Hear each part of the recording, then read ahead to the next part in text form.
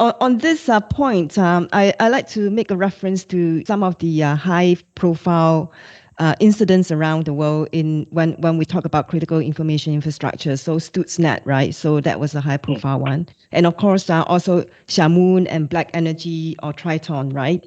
So when we look at these incidents, what we find that is typically the original compromise sort of starts in the IT side of things before making its way into the what you call the operational environment, except for Shamoon, which was remain in the corporate IT environment. In particular, we see that the Triton incident, the malware attack went beyond, and directly impacted the safety instrumented systems, right? So looking at these incidents, right, to what extent do they expose this myth around, air gapping? So, and I think this is quite an interesting question because this is also something that you raised in one of your seminars as well.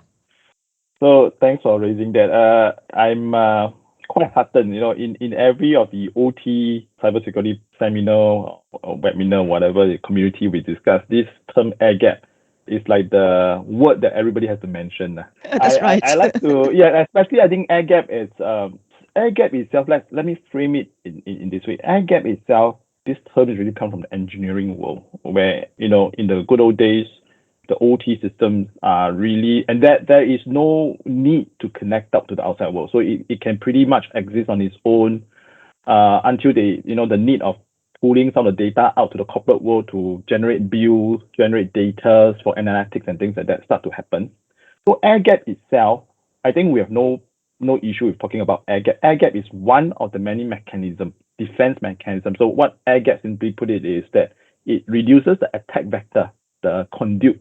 So if you don't have that connection with the outside world, the technical theory, the theoretical theory is that attacker cannot use the IT means to attack your systems, right?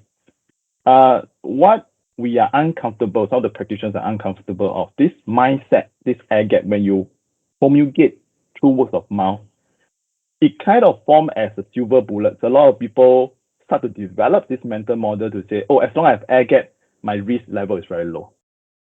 Yeah, so thank you very much, Thian Chin. I know that you're extremely busy, so we really appreciate your time to share with us the latest in the cybersecurity landscape as well as the strategy from a critical information infrastructure perspective. Thank you.